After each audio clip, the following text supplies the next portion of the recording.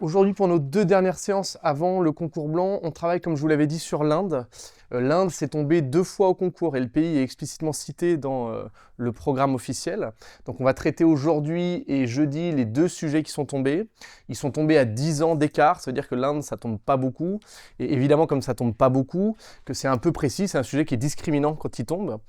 On va travailler aujourd'hui sur le sujet décrit comme 2013, l'Inde du sous-développement à la puissance. Je vous ai mis en annexe le sujet et le rapport du jury que j'ai décortiqué et qu'on va regarder ensemble tout à l'heure. Je vous ai mis aussi une chronologie du site Géoconfluence que vous connaissez sur les grandes dates de l'histoire indienne. Alors il n'est pas hyper récent, mais sur toute la première partie jusqu'au début du 21e siècle, vous avez quand même peu de dates, mais les dates essentielles, donc c'est pas mal pour vous, pour avoir un peu les dates les plus importantes à retenir. Et puis je vous ai mis un article de Frédéric Landy sur le concept de mondialité que vous avez peut-être croisé. J'en reparlerai tout à l'heure, puisque j'ai prévu aujourd'hui de faire aussi un point, comme on avait fait sur la Chine, sur les grandes références un peu actuelles sur l'émergence indienne. Donc on reparlera de ce concept de mondialité. On va organiser aujourd'hui la séance en 2 temps. En première partie, je vais vous laisser une demi-heure pour analyser le sujet, l'introduction, le plan détaillé, mais en misant aujourd'hui surtout sur le plan, puisque l'intro, vous êtes déjà entraîné à ça la semaine dernière. Ensuite, on fera la reprise et j'en profiterai pour faire un point un peu théorique sur ces grandes références que j'évoquais à l'instant et un point aussi sur le modèle particulier de croissance de l'Inde, sur sa stratégie aussi particulière d'insertion dans les relations internationales. Je ferai aussi un point, puisqu'on va bien sûr travailler sur le multiscalaire, sur un croquis à l'échelle locale avec l'agglomération de Mumbai, qui est un bon exemple pour vous, qui peut être utile dans pas mal de dissertations et pas seulement sur l'Inde. Donc voilà un peu les objectifs pour aujourd'hui. Je vous lance un petit compte à rebours et on travaille une demi-heure sur ce sujet-là. Pendant que vous bossez sur cette intro, ce plan, je passe vous voir, je viens débriefer avec celles et ceux qui m'avaient rendu l'introduction de jeudi dernier, ce qui était bien, ce qui était moins bien. Vous m'appelez quand vous avez besoin, évidemment, et je passe voir comment vous vous en sortez sur ce sujet-là. Au boulot. Ok, je fais un tour et je reviens de voir. Ton intro, comme d'hab, solide, carré, il y a tout ce qu'il faut. Ton accroche, elle est très bien. Là, c'était bien ce que tu as dit sur l'éveil. Fais les mêmes remarques sur tremblement. Là, tu n'analyses pas trop le terme. Mumbai, très bien. On va le reprendre aujourd'hui, mais globalement, c'est ça. Montre-moi ce que tu as testé. Mais la nuance, tu peux toujours la faire. Et ça te permettrait, pourquoi pas, de le réutiliser aussi dans un truc plus axé sur les enjeux environnementaux. J'arrive, Yohan. Je regarde juste Corentin, j'arrive. C'est bien d'analyser précisément les termes, de passer du temps à réfléchir à ce que veut dire se réveiller, l'idée d'un endormissement, ça c'est très bien. Je vais venir te voir, c'est vraiment pas grand chose, c'est un petit lapsus. C'est pas l'armée rouge pour la Chine, c'est l'armée populaire de libération. L'armée rouge c'est pour l'URSS. Alors je sais que je vous ai demandé de travailler sur un plan, est-ce que vous auriez, si vous avez déjà réfléchi un tout petit peu à l'introduction, est-ce que vous auriez des idées d'accroche pour lancer un peu la réflexion sur ce sujet? C'est bien que vous en ayez un peu sur tous les sujets. Corentin. Je pense à la citation du poète mexicain et ambassadeur du Mexique en Inde, c'est Octavio Paz, Ok. qui avait dit que l'Inde est plus vaste que le monde dans les années 80. Ouais, très belle citation. L'Inde est plus vaste que le monde. Après, bien sûr, on met cette citation en lien avec le sujet. Ça montre une ambition indienne peut-être ancienne, des contrastes aussi, et cette idée que l'avenir du monde ne peut pas s'écrire non plus sans tenir compte de l'Inde. Oui, pourquoi pas? Oui. Moi, j'aurais parlé de l'accord commercial entre l'Union européenne qui sont signés en janvier. Absolument. Et là, on est vraiment ancré dans l'actualité, donc c'est très bien. Et ça montre une ascension de la place de l'Inde, notamment dans les relations commerciales, avec l'Union européenne qui est la première puissance commerciale. Très bien. On peut tout à fait partir comme ça. Et évidemment, il y a un lien avec l'insertion de l'Inde dans la mondialisation, son rôle de puissance de plus en plus avéré. Et ça montre aussi, c'est une idée importante qu'on va pouvoir développer après, que la position de l'Inde aujourd'hui, elle reflète aussi la recomposition du monde. Donc ça, c'est une bonne accroche. Ouais. J'aurais peut-être une citation de Léon, Ok. en 1948, qui dit que tout peut attendre sauf l'agriculture, Ok. pour montrer qu'il y a une nécessité de développement au sein de l'Inde avant même de penser à la puissance. Ok. Que longtemps, c'est peut-être ce domaine-là qui a été privilégié, même si paradoxalement, l'Inde est devenue puissante avant d'être développée. Mais en tout cas, il va falloir parler de cette place démesurée de l'agriculture encore aujourd'hui dans l'économie indienne, dans la société indienne. C'est une de ses principales limites. Et elle explique en grande partie aussi le problème du mal développement en Inde. Je vous propose 2 accroches. Une accroche sous forme de citation, Une citation de Narendra Modi en 2014, au moment où il prenait la tête du gouvernement. « Je veux faire du XXIe siècle le siècle de l'Inde, cela prendra 10 ans, pas très longtemps. » 2014, c'était il y a un peu plus de 10 ans, et l'ambition de l'Inde était clairement affirmée. Il y a un parallèle qu'on pourra faire entre les ambitions chinoises et les ambitions indiennes. Les deux commencent finalement une sorte d'éveil à peu près dans les mêmes années, 47 pour l'Inde avec l'indépendance, on va y revenir, 49 pour la Chine, et une même ambition, même si elle est un peu moins affirmée pour l'instant pour l'Inde, mais devenir quand même la première puissance à terme. On le voit bien avec la citation de Narendra Modi. Autre accroche que l'on peut faire en lien avec l'actualité et en utilisant le nouveau nom qu'on utilise de plus en plus pour désigner l'Inde. On s'en est vraiment rendu compte en 2023 au moment du G20 qui était organisé en Inde à New Delhi. Sur les cartons officiels d'invitation au dîner du G20, la présidente de l'Union indienne, Droupadi Murmu, qui s'était toujours pour l'instant présentée comme présidente de l'Inde, s'est présentée pour la première fois comme présidente de Bharat. Et Bharat, c'est un très vieux nom, ça vient du sanskrit, on retrouve l'origine de ce nom il y a plus de 2000 ans, et le fait de vouloir modifier le nom du pays, ne plus employer le terme d'Inde qui renvoie peut-être trop clairement à la colonisation britannique, et revenir à un nom ancien montre aussi la volonté de tourner définitivement cette page de la colonisation, de s'affirmer comme un acteur qui compte. C'est pas un hasard si le G20 a été organisé à New Delhi cette année-là. Les lieux à chaque fois où on organise ces grands événements dit quelque chose, évidemment, du pays qui l'organise. Donc voilà, ça peut être intéressant aussi d'insister sur ce nouveau nom de l'Inde. Comment vous avez défini, si vous avez pu réfléchir un peu à ça, le concept de sous-développement? J'ai refait un tout petit point théorique sur ça. Comment on peut le définir? Qu'est-ce que vous auriez à en dire dans vos intros sur ça? Ouais. Tu peux parler d'IDH. Oui, alors c'est vrai que le développement se mesure avec l'IDH, absolument. Comment on définit? On a déjà vu, on l'a déjà croisé plein de fois, ce terme de développement. Vous avez des définitions, sincèrement? Ouais.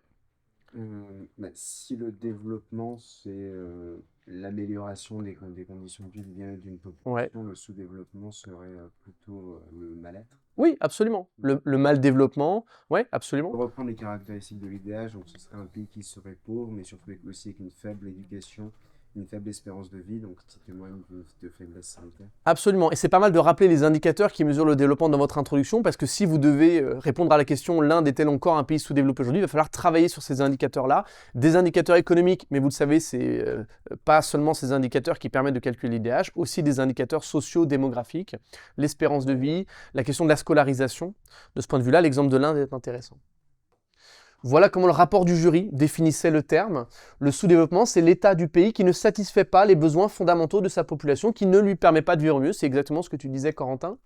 Juste petit rappel, parce que le mot sous-développement, on ne l'emploie plus trop aujourd'hui, il est quand même assez daté.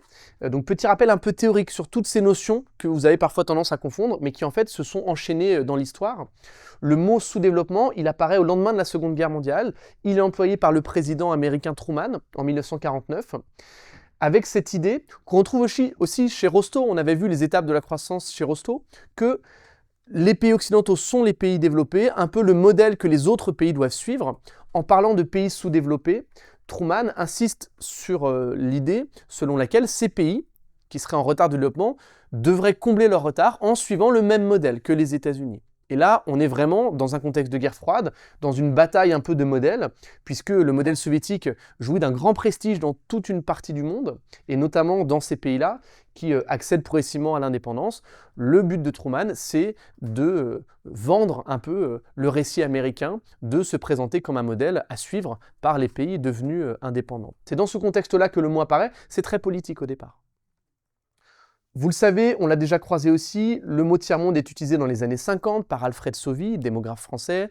On avait déjà expliqué le lien avec le tiers-état de l'Ancien Régime et cette idée que le tiers-monde comme le tiers-état était tout dans la réalité, n'était rien pour le moment parce qu'il n'avait pas de pouvoir encore, mais voulait vraiment devenir quelque chose. Et ce qui est intéressant, c'est que cette expression qui au départ est employée par un spécialiste de la démographie, elle est reprise par les pays eux-mêmes qui se présentent comme les pays du tiers-monde. On l'utilise à la conférence de Bandung en 1955. On va en reparler dans la dissertation, c'est un moment très important qui montre aussi la volonté d'affirmation de l'Inde tout de suite après son indépendance. Et puis progressivement, c'est devenu une clé de lecture de l'ordre mondial. C'est un concept qui a été repris après par des spécialistes.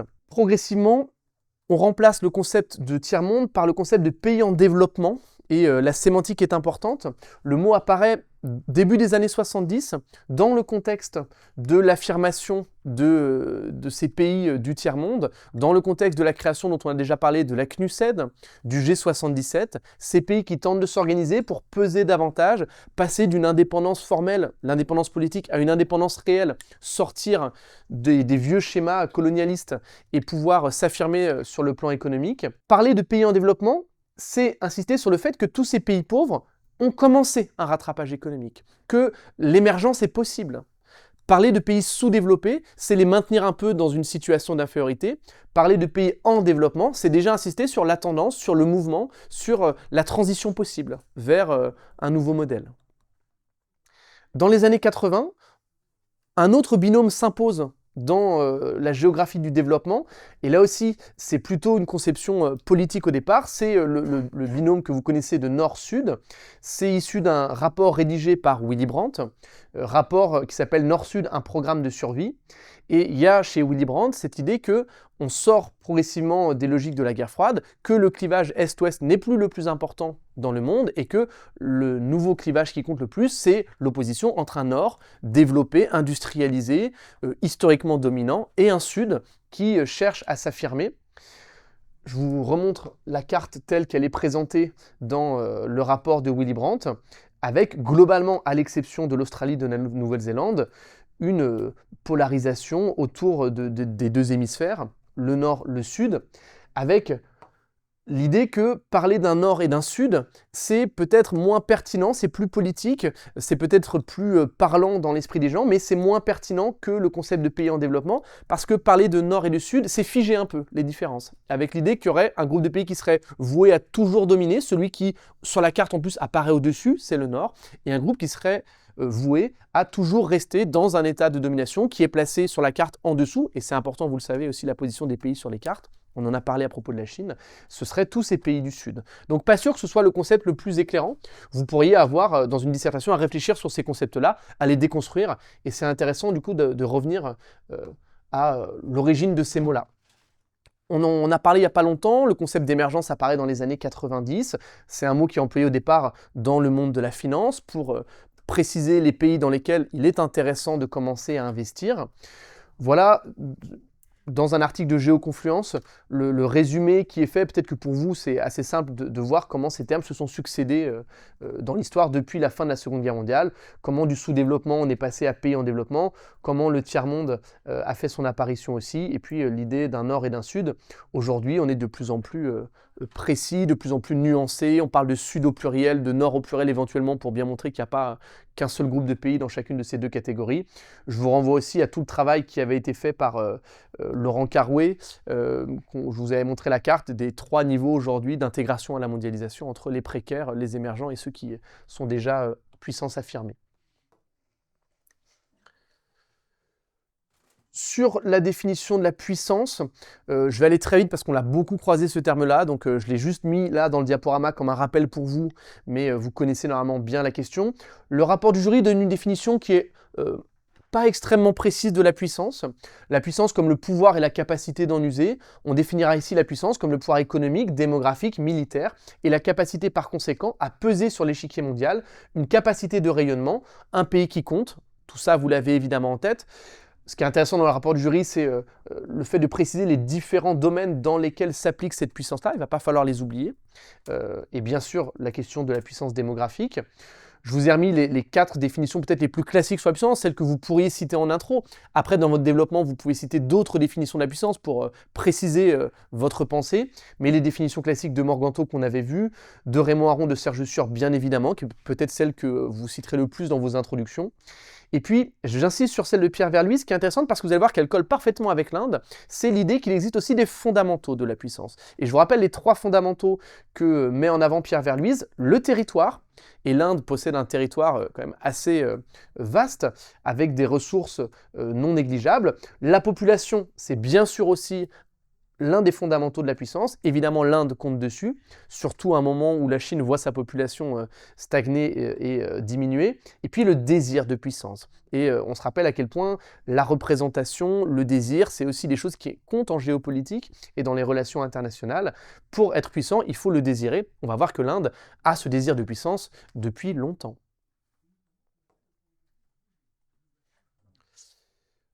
Je ne reviens pas sur la distinction entre hard power, soft power, smart power de Joseph Nye que vous connaissez par cœur. Rapidement revenir sur ces deux références qui sont un peu plus récentes et qui sont vraiment pertinentes et surtout appliquées aussi à l'Inde, avec la nomenclature de Ralph Blazer dont on avait déjà parlé. C'est lui qui théorise l'importance du pouvoir relationnel. Vous vous rappelez la capacité d'un acteur à s'imposer en un contre un, à imposer quelque chose à un adversaire de manière bilatérale. Il insiste aussi sur le pouvoir par la connaissance. Et je vais faire un petit point là-dessus. L'Inde mise beaucoup sur ce secteur de la connaissance, sur ce facteur K, comme on l'appelle, hein, K pour knowledge en anglais, qui permet vraiment à l'Inde de rattraper son retard et de devenir de plus en plus une puissance qui compte. Ralph Blazer parle aussi du pouvoir de cadrage, cette capacité à imposer les thèmes dans l'agenda mondial. On est proche, quand on parle de pouvoir de cadrage, du concept présenté par Susan Strange dans son ouvrage de puissance structurelle. Et là aussi, vous en avez parlé parfois dans vos dissertations, et c'est une référence qui est appréciée en général le jour du concours. Cette idée que, plus encore que le pouvoir relationnel, compte le pouvoir structurel, cette capacité non pas à gagner dans un jeu, mais à créer, imposer les règles du jeu. Voilà, c'est plus facile de gagner quand on écrit soi-même les règles. Alors, un petit point théorique historique plutôt, sur l'émergence économique de l'Inde. Le modèle de développement de l'Inde, il est très original. Il est à contre-courant de tout ce qu'on a pu voir pour l'instant en Asie. On a parlé du modèle de développement en vol d'oie sauvage de Kaname Akamatsu. On a vu que c'est le modèle de développement qui avait été choisi par le Japon, puis par les dragons, par les tigres, et qui avait progressivement infusé dans toute l'Asie de l'Est et du Sud-Est. Au contraire, la croissance de l'Inde repose sur le secteur des services et non pas sur le secteur industriel. Et c'est ça qui est original. On voit que dès les années 80, le secteur tertiaire, c'est 50% du PIB indien. Dans les années 2010, on atteint un peu l'apogée du secteur tertiaire en Inde, 70% du PIB. En 2025, on est encore à 60% malgré les efforts de l'Inde pour développer l'industrie manufacturière. Le secteur des services pèse énormément et depuis longtemps dans l'économie indienne. Quand on regarde aujourd'hui la participation des différents secteurs à la croissance, sur les années, depuis les années 90 et encore aujourd'hui, c'est clairement le secteur des services qui pèse le plus dans la croissance. D'accord ? Quand la croissance est à 6% environ, 4,5% c'est le secteur des services. Et on a longtemps comparé la Chine et d'autres pays d'Asie à l'atelier du monde. On a pu voir que l'Inde était devenue d'une certaine manière le bureau du monde parce que l'Inde s'est spécialisée de manière précoce dans la téléphonie, dans l'informatique. L'Inde, encore aujourd'hui, c'est le premier pays exportateur de services informatiques avec des grands pôles technologiques. Et c'est important, on doit faire du multiscalaire, là évidemment, il y a certaines métropoles qui jouent un rôle important dans la croissance indienne, dans la montée en puissance de l'Inde. Ces grands pôles technologiques, c'est à Bangalore. Bangalore, on l'appelle la Silicon Valley indienne, c'est quand même particulièrement flatteur. À Hyderabad aussi. Dans ces deux villas, c'est à peu près 4 millions d'Indiens qui écrivent des lignes de code et qui sont utilisées sur tous les ordinateurs de la planète. Chaque année, c'est 400 000 nouveaux informaticiens qui sont formés en Inde et qui sont recrutés par les plus grands groupes informatiques de la planète, Google, Amazon, Microsoft. Ils sont très recherchés par toutes ces grandes entreprises et l'entreprise Capgemini, dont on parle beaucoup dans l'actualité, a désormais plus de salariés en Inde qu'en Europe. C'est pour vous dire à quel point ces informaticiens, informaticiennes, indiens, indiennes sont recherchés pour leurs compétences et à quel point l'Inde joue sur cette spécialité-là. Autre exemple, et je développerai un tout petit peu plus tard tout à l'heure sur la biographie de ces deux personnes-là, ça peut être intéressant aussi de donner des exemples de personnes dans vos dissertations. Les deux dirigeants de Microsoft et de Google sont des Indiens, Satya Nadella, que vous voyez ici, Sundar Pichai. Ils ont fait leurs études en Inde avant d'émigrer aux États-Unis et de progressivement gravir les échelons des entreprises jusqu'à les diriger. Ce n'est pas un hasard si ce sont des Indiens qui dirigent ces entreprises-là. En 2014, on observe un tournant dans la politique indienne, dans la stratégie indienne, avec l'arrivée de Narendra Modi au pouvoir. Je le disais tout à l'heure, l'Inde et la Chine sont comparables d'une certaine manière parce que leur réveil commence à peu près au même moment. Ce qui est intéressant, c'est de voir que le tournant et l'affirmation des ambitions a lieu aussi à peu près au même moment. C'est 2013 avec l'arrivée de Xi Jinping en Chine, c'est 2014 avec l'arrivée de Narendra Modi au pouvoir en Inde. On travaillera précisément jeudi sur ce rapport entre la Chine et l'Inde, ces relations ambiguës entre les deux puissances. Ce sera intéressant d'avoir ce cadrage chronologique en tête. L'idée de Narendra Modi en arrivant au pouvoir, c'est de développer le secteur de la production industrielle en Inde. C'est la stratégie qu'il appelle Make in India. Il faut fabriquer en Inde désormais. Et il s'agit de miser sur une vingtaine de secteurs, l'automobile, l'aéronautique, les énergies renouvelables, la chimie, le textile, le ferroviaire, avec l'idée que ce secteur de la production manufacturière doit représenter à terme 25% du secteur, tout le secteur secondaire doit représenter 25% du PIB et qui doit permettre de créer 100 millions d'emplois d'ici 2025. Donc il y avait cette idée qu'en 10 ans, l'Inde devait développer ce secteur de l'industrie. Le principal atout sur lequel l'Inde peut compter à ce moment-là, c'est bien sûr sa population. C'est pour ça que j'ai insisté sur les fondamentaux de la puissance pour Pierre Verluise. L'Inde mise sur son dynamisme démographique, sur sa jeunesse et sur l'importance de sa main-d'œuvre. Chaque année, c'est 12 millions de personnes qui arrivent sur le marché du travail en Inde. On ne réalise pas à quel point la population active indienne est gigantesque, encore en augmentation. On le voit ici, sur ce graphe-là, alors que les pays développés ont vu décliner leur population active depuis un certain temps, que la Chine, après l'avoir vu augmenter, a déjà commencé à baisser. La courbe de l'Inde et de la Chine se croise un peu avant 2030, et même si la population active indienne va baisser à partir de 2030, elle reste largement supérieure à tous ses autres concurrents. C'est évidemment un atout que l'Inde peut exploiter. Cette politique a été en partie un succès. L'Inde est devenue le 10e pays exportateur au monde, selon la Banque mondiale, avec plusieurs secteurs d'exportation, le pétrole raffiné, les diamants, les médicaments emballés, mais aussi beaucoup d'autres, je vous ai donné que les 3 premiers. Et une économiste qui s'appelle Isabelle Bensidoun insiste sur la stratégie très originale de l'Inde. Je vous ai mis la citation, vous pouvez éventuellement la retenir. Si elle réussit dans les années qui viennent à passer du développement des services à celui de l'industrie manufacturière, l'Inde aura montré qu'un nouveau modèle est possible, dans lequel la séquence est inverse de celle du modèle traditionnel. Et vous pouvez peut-être retenir sinon juste cette dernière idée, la séquence est inverse de celle du modèle traditionnel. Contrairement aux autres pays d'Asie qui ont d'abord développé leur industrie et qui progressivement ont cherché à développer le secteur tertiaire, à l'image de la Chine, l'Inde fait exactement le contraire. Et ça, c'est original, il faudra le souligner dans notre développement. Au cœur de la stratégie Make in India, on a vu qu'il y a la population indienne, il y a aussi l'idée des transferts de technologie. C'est très important. Pour monter en puissance, l'Inde compte sur ces transferts de technologie venus des pays développés, occidentaux ou éventuellement d'autres pays asiatiques complètement émergés. Pour obtenir ces transferts de technologie, 3 principaux outils. L'achat de brevets. Pour l'instant, les brevets dans le monde, ils appartiennent encore à 98% aux pays développés, mais il est possible de racheter des brevets pour avoir le droit de fabriquer des choses en utilisant les techniques qui ont été brevetées par les pays principalement occidentaux. Bien sûr, les IDE indiens peuvent permettre d'acquérir des entreprises étrangères et, on va le voir, l'Inde mise surtout sur l'accueil d'unités de production, l'accueil d'industries étrangères sur son territoire pour favoriser la remontée de filières, pour gagner en compétences et progressivement devenir là aussi plus puissante.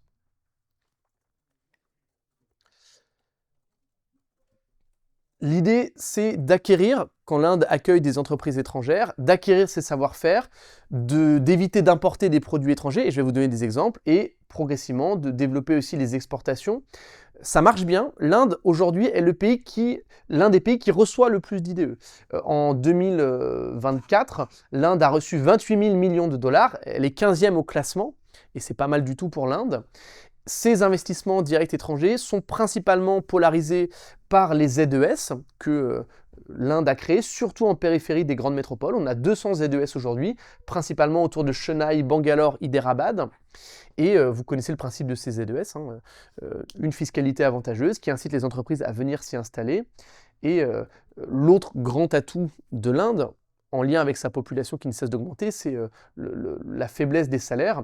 Les salaires indiens sont 2 à 3 fois plus faibles qu'en Chine. Donc c'est encore plus intéressant pour les entreprises de venir s'y installer. Non seulement elles bénéficient des mêmes exonérations fiscales que dans les ZES chinoises, mais en plus, la main-d'œuvre est encore moins chère.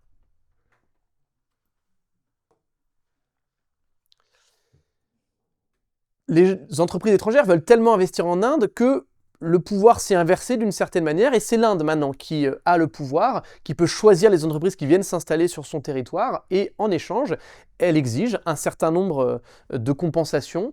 Ces compensations financières, enfin industrielles plutôt, on appelle ça des offsets et c'est souvent l'idée que si l'Inde achète des produits à l'étranger, elle va insister pour que ces produits soient directement fabriqués en Inde et que l'Inde, de cette manière-là, acquiert le savoir-faire des entreprises de départ. Je vous donne plusieurs exemples de ça. En 2018, Samsung a investi 750 millions de dollars pour construire dans la banlieue de New Delhi l'une des plus importantes usines de fabrication de smartphones du monde. L'idée, c'était de concurrencer les groupes chinois Xiaomi et Huawei. Apple, de la même manière, fait de plus en plus fabriquer maintenant en Inde, alors qu'Apple, historiquement, faisait fabriquer en Chine, dans la région de Shenzhen, mais de plus en plus, maintenant, c'est l'Inde qui accueille ces investissements étrangers, qui ouvre des usines. De la même manière, le métro indien, il est à plus de 90% alimenté par l'entreprise Alstom. Vous voyez ici l'inauguration des nouvelles rames du métro de Mumbai. L'Inde fabrique sur son territoire avec des entreprises qui viennent de l'étranger. Et ce qui est intéressant, et c'est là qu'on va pouvoir faire le lien aussi entre la croissance économique, le développement de l'Inde et la montée en puissance, aussi dans le domaine militaire, l'Inde utilise les transferts de technologie pour se développer militairement, pour développer son appareil militaro-industriel. La France est l'un des principaux partenaires dans ce domaine-là de l'Inde. En 2015, un contrat a été signé entre les deux pays par lequel l'Inde achetait 6 sous-marins français, des sous-marins de type Scorpène. Alors, ce n'est pas des sous-marins nucléaires, ce sont des sous-marins conventionnels, mais malgré tout, c'était un investissement très important. Mais en échange de cet achat, l'Inde a obtenu que les sous-marins soient fabriqués sur le chantier naval de Mumbai, par le groupe français Naval Group, et vous voyez ici la sortie du premier sous-marin de type Scorpène fabriqué en Inde. Et quand ce sont des Indiens qui fabriquent en Inde un sous-marin, évidemment, ils acquièrent les techniques de fabrication des sous-marins. De la même manière, en 2016, l'Inde a acheté 36 Rafales à la France, commande qui a soulagé l'industrie française parce que les Rafales, à l'époque, étaient peu achetés par les pays étrangers. On a beaucoup parlé des Rafales puisque dans l'affrontement récent qu'il y a eu entre l'Inde et le Pakistan, l'Inde a utilisé ces Rafales, précisément parce qu'ils sont extrêmement performants. Et pour ce contrat, l'Inde a aussi obtenu qu'en échange de l'achat de ces Rafales, le motoriste Safran, qui contribue à la fabrication des Rafales, construise en Inde une usine de production, des pièces qui servent à équiper les moteurs LEAP faits par Safran et qui équipent les Boeing 737 et les Airbus A320. Et grâce à ce transfert de technologie, l'Inde a pu fabriquer son premier moteur d'avion de chasse. Voilà, elle récupère le savoir-faire d'entreprises occidentales en les forçant à s'installer sur son territoire. Et grâce à ça, elle peut monter en gamme et développer une industrie de plus en plus performante. Autre pilier de la stratégie de développement et de croissance indienne, c'est la formation et la circulation des étudiants. Et quand Pierre Verluys parle de l'importance de la population dans la puissance, c'est pas seulement le nombre, c'est aussi la formation de ces étudiants-là. Et l'Inde, c'est un bon exemple de ça. L'Inde, historiquement, est un pays qui a vu ses étudiants partir à l'étranger. Et on a vu ça dès la période coloniale, avec, à la fin du 19e siècle, la création de bourses d'études par celui qu'on considère comme le père de l'industrie indienne, c'est Tata, fondateur de l'entreprise qui porte encore son nom aujourd'hui, qui avait financé le voyage d'étudiants indiens désireux d'aller se former aux États-Unis. C'est intéressant aussi dans l'histoire de la hiérarchie des puissances mondiales. Si les Indiens décident d'aller plutôt aux États-Unis que dans la métropole britannique, dont ils dépendent pourtant à l'époque, c'est parce que les Indiens ont déjà vu à la fin du XIXe siècle que la puissance allait bientôt changer de main et passer du côté américain. Cet afflux d'étudiants aux États-Unis se renforce encore après la Seconde Guerre mondiale et on voit beaucoup d'étudiants indiens qui partent étudier notamment au MIT à côté de Boston. En 2025, c'est plus de 700 000 étudiants indiens qui étudient à l'étranger. C'est le double par rapport à il y a 10 ans, avec une polarisation par certains États, notamment des États d'Amérique du Nord. 427 000 étudiants indiens sont installés au Canada, 330 000 aux États-Unis. On en trouve aussi au Royaume-Uni, en Australie et en Allemagne, donc essentiellement des pays anglo-saxons, plus l'Allemagne. on voit l'importance de ces étudiants inscrits dans les universités américaines. Alors que le nombre d'étudiants chinois a largement diminué depuis le début des années 2020, le nombre d'étudiants indiens a parallèlement augmenté. Les deux courbes se sont croisées maintenant, hein. Il y a plus d'étudiants indiens aux États-Unis que d'étudiants chinois. Et India Today récemment a fait sa couverture sur The New Exodus, ce nouvel exode des étudiants indiens qui partent travailler, étudier à travers le monde. On a longtemps considéré que ces départs d'étudiants étaient une mauvaise chose pour l'Inde, que ces étudiants qui partaient étudier à l'étranger avaient tendance à y rester et à ne pas revenir au pays. C'est le fameux concept que vous connaissez de brain drain, d'exode des cerveaux. Un chiffre qui illustre ça, entre 1961 et 2000, 80% des Indiens qui ont obtenu un doctorat au MIT sont restés aux États-Unis. Donc bien formés dans ces universités étrangères, ils n'ont pas fait profiter leur pays d'origine de cette formation-là. Et je reprends les deux exemples que j'évoquais tout à l'heure avec les figures de Sundar Pichai et de Satya Nadella, et c'est des exemples que vous allez pouvoir réutiliser dans vos dissertations. Pichai, il est né en 72 à Madras, famille modeste, hein, père électricien. Il étudie dans une université indienne de technologie, dans la ville de Kharagpur. Il obtient une bourse pour partir étudier à Stanford, là on est dans l'une des universités les plus prestigieuses de la Silicon Valley en Californie, et il entre en 2004 chez Google, au départ comme simple ingénieur, hein, parmi beaucoup d'autres Indiens qui travaillent chez Google, et progressivement il gravit les échelons jusqu'à devenir en 2015 PDG d'Alphabet, qui est l'entreprise mère de Google. Aujourd'hui, un tiers des ingénieurs d'Apple sont indiens. Ça confirme encore une fois à la fois cette spécialisation dans ce domaine de l'informatique du numérique et l'importance de cette fuite des étudiants indiens qui partent se former à l'étranger et restent ensuite travailler dans ces pays qui les ont formés. Exemple un peu comparable avec celui de Satya Nadella, qui en 2014 est devenu le PDG de Microsoft. Lui aussi a commencé ses études en Inde. Il a fait d'abord un master en sciences informatiques. Après avoir étudié dans une université technologique indienne, il est allé poursuivre en sciences informatiques à l'université de Milwaukee aux États-Unis. Il a obtenu un MBA à Chicago et après il est resté travailler chez Microsoft. Donc même parcours, une formation d'abord en Inde, une formation complétée ensuite aux États-Unis et un travail ensuite là-bas. Il ne faut pas voir seulement l'exode de ces étudiants indiens comme une contrainte pour l'Inde, c'est aussi un atout, et c'est ce sur quoi insiste l'un des meilleurs spécialistes français de l'Inde. Vous avez probablement déjà croisé son nom, il s'appelle Christophe Jaffrelot, et il insiste sur l'influence importante de cette diaspora indienne, à la fois d'un point de vue économique, avec la question des remises, de ces transferts financiers, qui fait que ces Indiens installés à l'étranger renvoient de l'argent à leur famille. Quand vous étudiez les flux dans la mondialisation, les flux de capitaux, ne les oubliez pas, c'est des sommes considérables qui traversent les frontières, et elles n'ont de cesse d'augmenter depuis le début des années 2000. Les remises à destination de l'Inde, c'était 21 milliards de dollars en 2003. On est passé à 71 milliards en 2013. Aujourd'hui, c'est 111 milliards de dollars qui sont arrivés en Inde en 2023. C'est un record mondial. Devant le Mexique, la Chine et les Philippines, c'est l'Inde qui reçoit le plus d'argent de ces expatriés. C'est quelque chose de très important qu'il faut souligner. Et puis par ailleurs, une diaspora importante à l'étranger, c'est un groupe de pression, c'est un lobby assez utile qui peut permettre de peser dans les décisions des États qui les accueillent. Au total, aujourd'hui, on a 4,4 millions d'Indiens Indiens ou descendants d'Indiens qui habitent aux États-Unis, 1,8 million au Canada, et ces lobbies sont suffisamment influents pour influencer un peu la politique étrangère américaine. Et le gouvernement indien et de Narendra Modi est bien conscient des avantages de cette diaspora et le gouvernement indien cherche à la valoriser, cherche à lui donner envie aussi de revenir en Inde. Depuis 2006, ces Indiens d'outre-mer ont une citoyenneté spécifique qui leur donne un visa à vie. L'Inde ne reconnaît pas la double nationalité. Si vous êtes né de parents indiens dans un autre pays et que vous avez pris la nationalité de ce pays d'accueil, vous ne pouvez pas être indien, mais par contre, l'Inde, avec cette idée d'une citoyenneté spécifique, peut accorder un visa à vie qui fait qu'un Américain d'origine indienne aura le droit, sans formalité administrative, de venir voyager directement en Inde, avec à terme peut-être l'idée qu'il s'y réinstalle. Donc c'est intéressant aussi, ça vous pouvez l'utiliser pas seulement sur un sujet spécifique sur l'Inde, mais dans une réflexion générale sur les flux de la mondialisation. On a des mobilités, il y a des flux de personnes, il y a des flux de capitaux aussi très importants. Il y a bien sûr des flux aussi de savoir, d'informations, des transferts culturels qui peuvent s'opérer d'un pays à un autre. Tout ça alimente bien sûr les logiques de la mondialisation.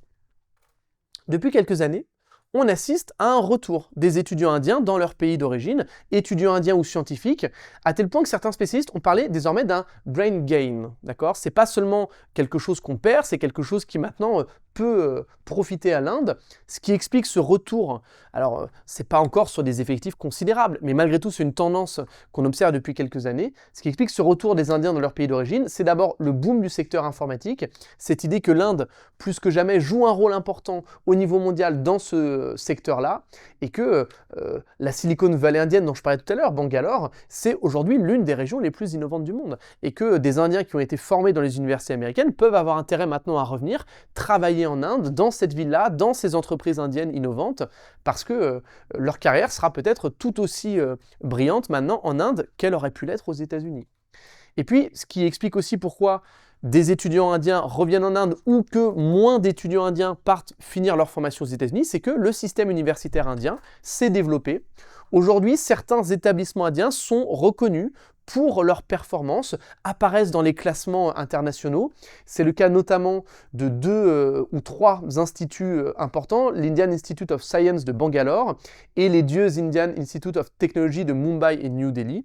Ces 3 établissements sont aujourd'hui auréolés d'un certain prestige.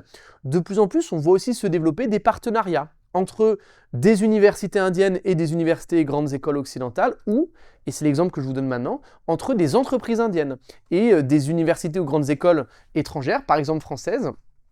C'est comme ça qu'en 2013, un partenariat a été mis en place entre l'École centrale de Paris, l'une des plus prestigieuses écoles d'ingénieurs de France, reconnue évidemment à l'échelle internationale, et le groupe industriel Mahindra, qui est l'un des plus grands groupes industriels indiens, présent dans une centaine de pays.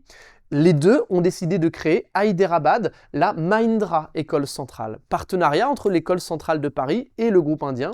Et des enseignants français de l'école centrale viennent faire des cours aux étudiants indiens.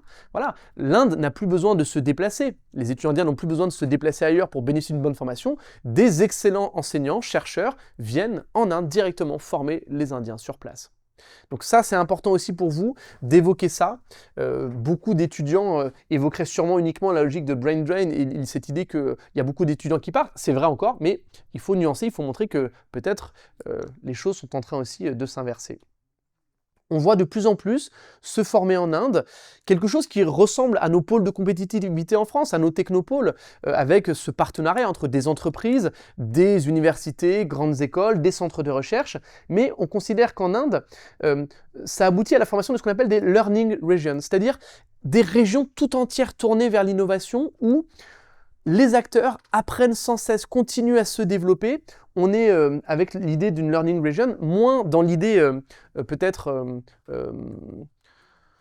uniquement productive des technopoles ou des pôles de compétitivité, mais dans l'idée que dans ces régions où tous ces acteurs travaillent ensemble, c'est toute la région, tous les habitants qui profitent de cette synergie entre ces acteurs et qui continuent à apprendre collectivement et qui deviennent beaucoup plus savants. On a dit à quel point la montée en puissance de l'Inde, elle repose aussi sur la connaissance. Vous voyez ici une photo qui montre l'ouverture de cette école centrale de Mahindra, enfin partenariat entre l'école centrale et Mahindra, école d'ingénieurs. Et vous voyez ici sur cette carte les principales villes qui concentrent les entreprises technologiques. C'est Mumbai, on va en reparler, Delhi, Kolkata, Chennai, Bangalore, Hyderabad dont on a déjà parlé, avec une concentration d'activités industrielles surtout dans ce triangle-là, Bangalore, Hyderabad, Chennai, et puis des corridors de développement. Vous connaissez les corridors de développement, mais en Inde, ils sont vraiment centrés sur ces technologies-là. On voit comment toutes ces métropoles sont connectées. Si vous aviez un croquis à faire de l'Inde à l'échelle nationale, vous pourriez les faire apparaître. Alors, quelques références scientifiques sur l'émergence indienne. J'ai cherché à la fois des références françaises un peu classiques et des références plus récentes et aussi plus diversifiées. Première référence, c'est l'article que j'ai mis en pièce jointe et que vous pourrez lire, il n'est pas très long. C'est le géographe Frédéric Landy, dans un article qui date de 2006, mais la date est intéressante, et qui s'appelle « La mondialité sera-t-elle indienne ?» Il insiste sur la différence entre la mondialisation, qui est un processus, et c'est ce que montre le suffixe « tion », comme littoralisation, métropolisation. Il y a l'idée que ce n'est pas encore terminé, que le processus se poursuit. Mais, dit Frédéric Landy, quand la mondialisation sera terminée, on arrivera dans une étape qu'on appellera la mondialité. Et le pari que fait Frédéric Landi en 2006, c'est que cette mondialité ne sera pas forcément chinoise, comme beaucoup de gens l'annonçaient au début des années 2000, elle sera peut-être indienne. Et que le pays qui, quand la mondialisation sera terminée, la dominera peut-être, ce sera l'Inde. Intéressant aussi, dans le sujet qu'on traitera jeudi, sur cette relation entre les deux puissances asiatiques, dès 2006, on commence à évoquer cette possibilité-là. Johan. C'est uniquement au niveau culturel, la mondialité, selon lui? Non, pas uniquement. Parce que au niveau diplomatique, l'Inde est tant que ça du nord. Mais on n'y est pas encore à la mondialité aujourd'hui. Tu vois, là, on est encore dans le processus de mondialisation et Landi ne donne pas de date précise sur la fin du processus de mondialisation. Mais quand le processus de mondialisation sera terminé, quand il aura fini par toucher l'ensemble de la planète et que tous les pays auront subi les transformations qui s'imposent avec ce processus-là, à ce moment-là, si on fait une photo à cet instant T, ben peut-être que le pays qui dominera le système à ce moment-là, ce sera l'Inde. C'est ça l'idée. Il y a vraiment une mentalité que l'Inde pourra avoir une certaine autonomie diplomatique plutôt que d'essayer de suivre tout le monde. Absolument. Et que, vous savez, Sophie Boissieu-Durocher, qui vient de publier un nouveau livre sur l'Asie-Pacifique, nouveau centre du monde, elle a aussi théorisé le concept un peu de sino-mondialisation. On voit bien que la Chine est en train de réécrire la mondialisation un peu à son avantage. Peut-être qu'on ne voit pas suffisamment l'Inde. Peut-être que l'émergence chinoise, qui, on l'a vu, peut-être fait trembler le monde, peut-être qu'elle dissimule un peu l'émergence indienne. Voilà. Donc c'est ça sur lequel vous pourriez aussi insister, Justine. La mondialité, c'est l'achèvement du processus de mondialisation. C'est la hiérarchie à terme. La situation du monde une fois que la mondialisation sera terminée. Mais c'est un peu compliqué à envisager parce que pour l'instant, la mondialisation, elle est encore à l'œuvre. Comment dire si je prends une comparaison en histoire, vous connaissez le concept de guerre totale en histoire. La guerre totale, on va considérer qu'elle est, la situation de guerre totale, elle n'apparaît vraiment qu'à partir de 1937, pendant la Seconde Guerre mondiale, et que tout le processus qu'on observe depuis les guerres napoléoniennes jusqu'à la Première Guerre mondiale et jusqu'à arriver à la Seconde Guerre mondiale, c'est un processus de totalisation. Que la logique de la guerre totale, elle est en germe, mais elle n'est pas complètement achevée, même pendant la Première Guerre mondiale, et pourtant beaucoup d'historiens considèrent que la Première Guerre mondiale, c'est une guerre totale. La mondialisation, c'est un peu la même idée. Pour l'instant, on est dans ce processus qui se poursuit, qui touche de plus en plus de pays, mais qui, un jour, sera arrivé à son apogée. Si tu veux, si on représentait ça sous forme d'une courbe, la mondialisation, c'est quelque chose qui se poursuit comme ça, mais il y a un moment donné où on arrivera au sommet de la mondialisation. Et ce sommet, c'est ça, la mondialité. C'est quoi, c'est un échange sans aucune barrière? Enfin, je vois pas ce que c'est, parce que la mondialisation... C'est le paroxysme, c'est le moment où l'intensification des flux, les relations entre tous ces acteurs, entre tous ces territoires, sera à son paroxysme. Peut-être que c'est un peu hypothétique, utopique, peut-être que ce ne sera pas si évident à déterminer le moment où on atteindra cette mondialité-là. Mais en théorie, si la mondialisation s'achève un jour, mais encore une fois, c'est qu'une théorie, et peut-être que la mondialisation, c'est une courbe qui ne s'arrêtera jamais, seul l'avenir nous le dira, mais si la mondialisation s'arrêtait, le jour où elle s'arrêterait, peut-être que le pays qui, à ce moment-là, écrirait le plus les règles du jeu, qui serait, dit Susan Srege, la puissance structurelle de la mondialisation, peut-être que ce serait l'Inde plus que la Chine. C'est ça l'idée de Frédéric Landi. Après, je vous ai mis son article, je pense que ça s'éclairera quand vous le lirez aussi. Deuxième référence française, Jean-Luc Racine, vous l'avez peut-être croisé aussi, c'est l'un des autres spécialistes du monde indien avec Christophe Jaffrelot. Et dans un article assez récent de la revue Hérodote que vous connaissez, il a insisté sur l'importance du changement climatique en Inde, en insistant sur le fait que ce changement climatique, ça affecte non seulement la sécurité alimentaire, c'est intéressant pour nous dans notre réflexion sur le développement, mais aussi la sécurité hydrique, énergétique de l'Inde, mais que le changement climatique affecte aussi les relations régionales, parce que du fait de la diminution de certaines ressources, ou que certaines ressources, parce qu'elles se raréfient, deviennent de plus en plus convoitées, c'est l'insécurité régionale qui augmente aussi autour de l'Inde. Donc le changement climatique, pour vous, il est intéressant dans ce sujet-là, parce qu'il est à mettre en lien à la fois avec la question de la puissance, de la stabilité de l'Inde et de la région, et à la fois avec la question du développement. Et vous pourriez l'utiliser dans une dissertation qui porterait précisément sur la question du changement climatique, en montrant que tous les pays ne sont pas touchés de la même manière. L'Inde fait partie des pays qui peut-être ont le plus à perdre avec cette question du changement climatique. Alors je sors des références françaises et je vous donne d'autres références récentes et étrangères. Références américaines pour le coup, Manjari Chatterjee Miller, qui a écrit en 2021 cet ouvrage-là, Pourquoi les nations s'élèvent, récit et chemin vers la grande puissance. Et ça, c'est une analyse, et c'est intéressant parce que ça rejoint aussi les conceptions de Joseph Nye, dont j'ai parlé rapidement tout à l'heure, cette idée que au cœur de la puissance et de la stratégie d'affirmation, on trouve ces fameux narratives, dont parlait aussi Joseph Nye, ces récits nationaux qui façonnent l'identité d'un pays, que le pays essaye de vendre à l'extérieur, et l'Inde mise beaucoup sur son histoire, et on va le voir, même si le sujet ici portait sur la période de l'indépendance de l'Inde à nos jours, il faudrait évoquer aussi les heures glorieuses de l'Inde. Comme la Chine, l'Inde a connu des heures glorieuses, des moments où elle a pu dominer toute sa région, et parfois même au-delà de sa région.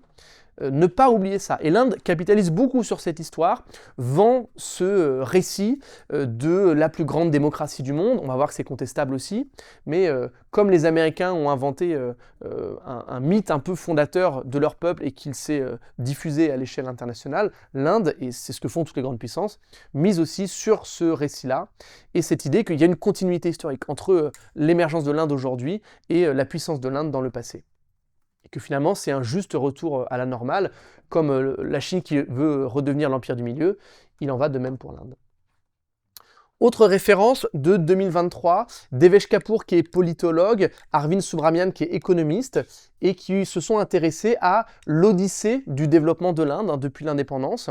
Et dans cette histoire d'odyssée, il y a l'idée, et c'est intéressant, que l'Inde n'a pas été touchée par un miracle économique. C'est pas un miracle ce qui se passe en Inde, c'est pas un changement extrêmement rapide, mais le développement de l'Inde, sa montée en puissance, c'est le résultat d'une politique sur le long terme. C'est lié à la solidité de son modèle démocratique, à cette stabilité qui a permis à l'Inde de mettre en place un certain nombre de réformes. Ça s'explique par une intégration graduelle à la mondialisation, petit à petit, et ce qu'on a évoqué tout à l'heure, la focalisation précoce sur le secteur tertiaire.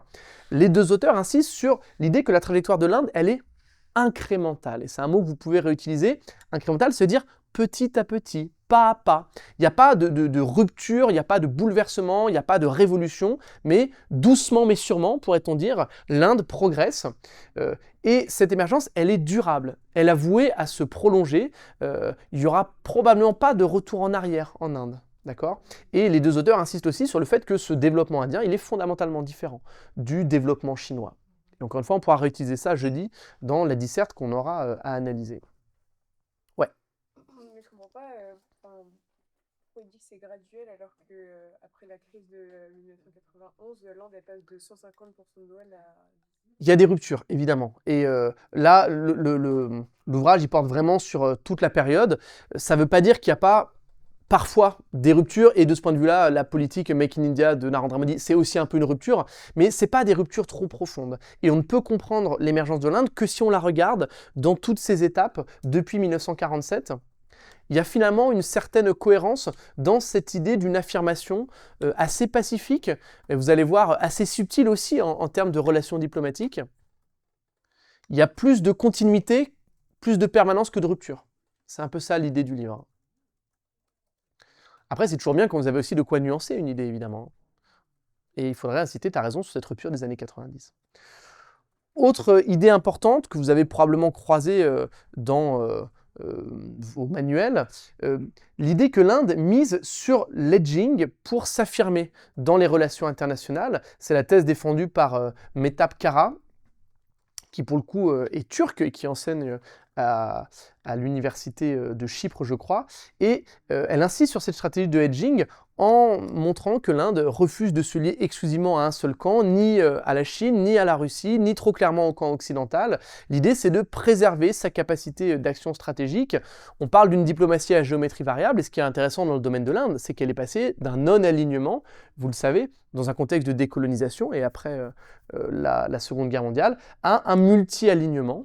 Et quand on voit, parfois vous en avez avez parlé dans vos accroches, les accords qui sont passés par l'Inde avec des pays occidentaux, que ce soit le Canada, que ce soit l'Union européenne, la France plus particulièrement, mais aussi avec la Chine. Il y a un rapprochement sino-indien qui est en train de s'opérer, et un contact qui n'est jamais rompu évidemment avec les États-Unis. On voit bien cette stratégie de multi-alignement. Stratégie assez subtile qui permet à l'Inde de conserver cette autonomie, de ne dépendre vraiment de personne, tout en étant allié un peu, enfin allié c'est peut-être un bien grand mot, mais partenaire en tout cas d'un grand nombre d'acteurs.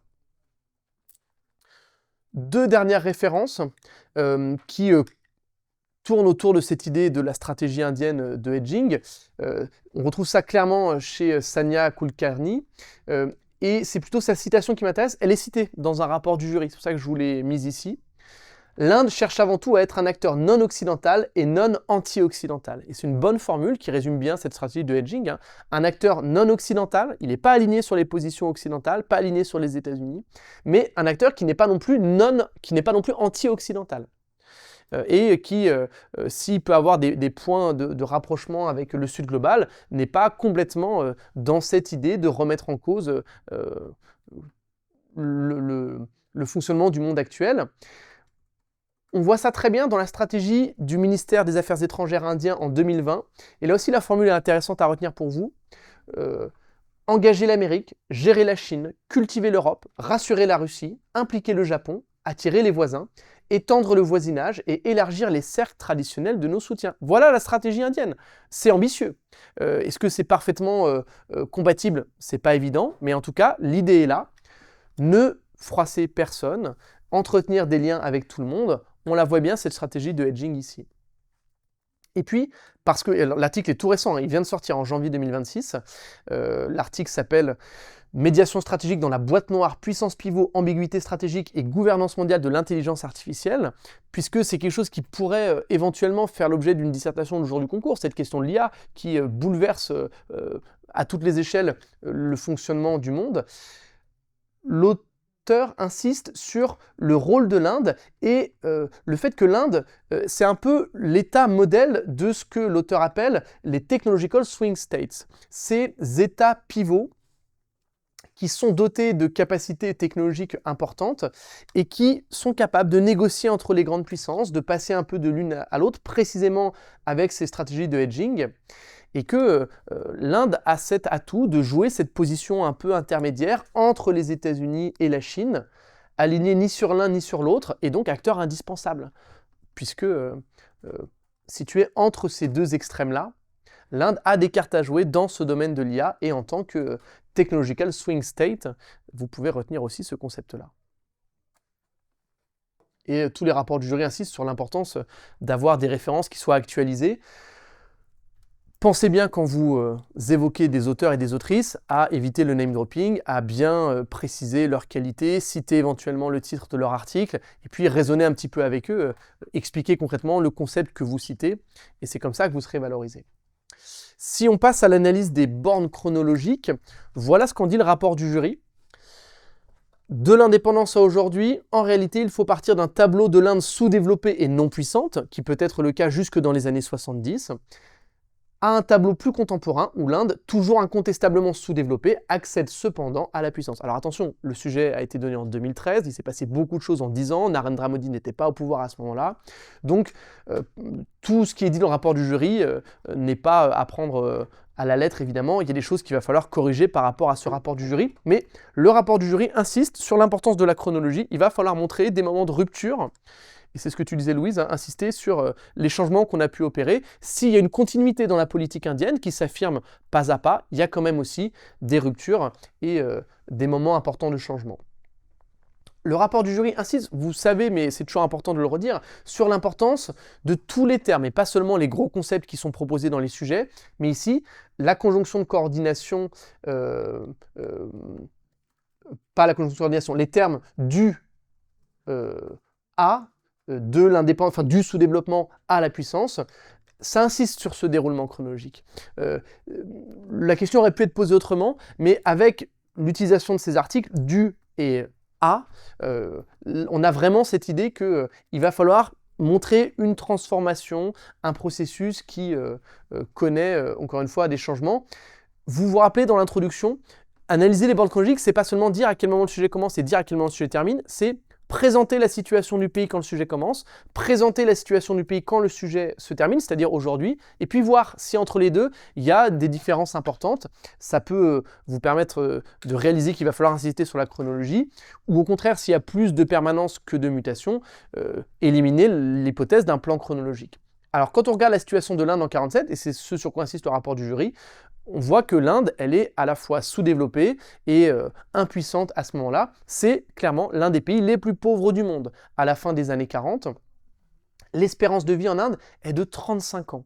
C'est l'espérance de vie qu'on avait quasiment au Moyen-Âge, d'accord? C'est pour vous montrer à quel point les indicateurs démographiques sont extrêmement bas pour l'Inde en 1947, en lien avec la colonisation britannique qui a laissé un pays avec des infrastructures vraiment pas adaptées à la taille de sa population et une industrie agricole qui n'est pas suffisamment développée pour nourrir une population qui déjà augmente massivement à cette époque-là. Ouais. Est-ce qu'on pourrait partir du fait que justement, suite à l'indépendance de l'Inde, c'est là qui a propulsé une phase d'émergence et une volonté de puissance? Complètement, il va falloir le dire que la volonté de puissance, elle est ancienne.